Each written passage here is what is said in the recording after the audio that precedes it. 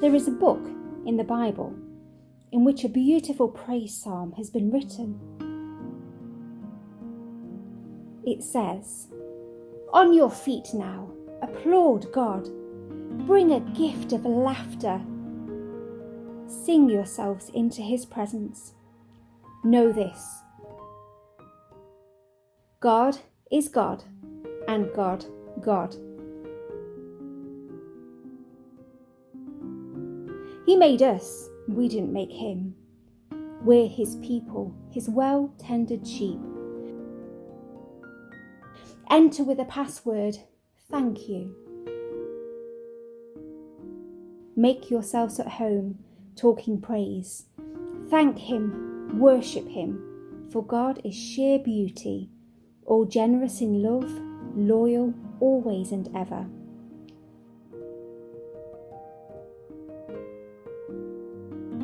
God deserves our praise.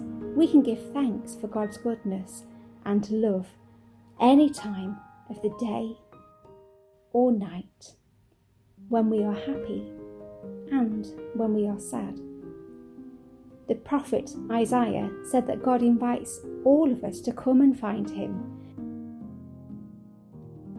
to hang out with him, to spend time with him. What can be found in God cannot be bought with money.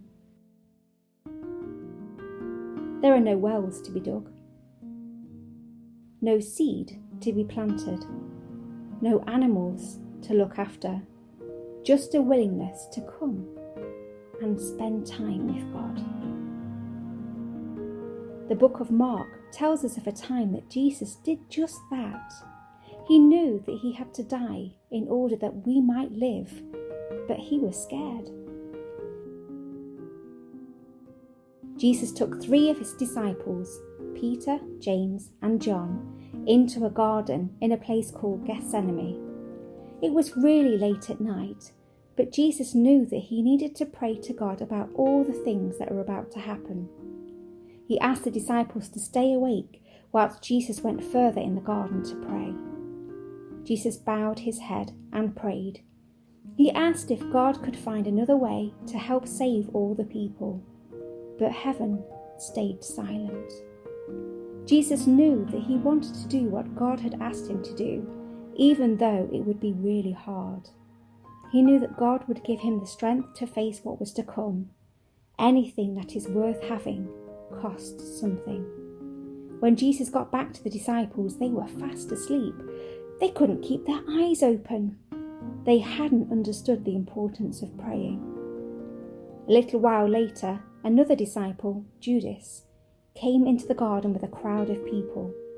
Judas walked over to Jesus and kissed him on the cheek. That was a signal for the soldiers to arrest Jesus. Peter leapt up, grabbed a sword and hurt one of the soldiers, but Jesus stopped him and healed the soldier. Peter hadn't understood that the best thing he could have done was to pray. Sometimes we have hard things that we have to face. It might be that there are some people who are mean to us. It might be that we have problems that wear us down. Yet Jesus asks us to love and to serve them, and we might find that hard. It might be a whole heap of things. But like Jesus, we can pray and ask for God's help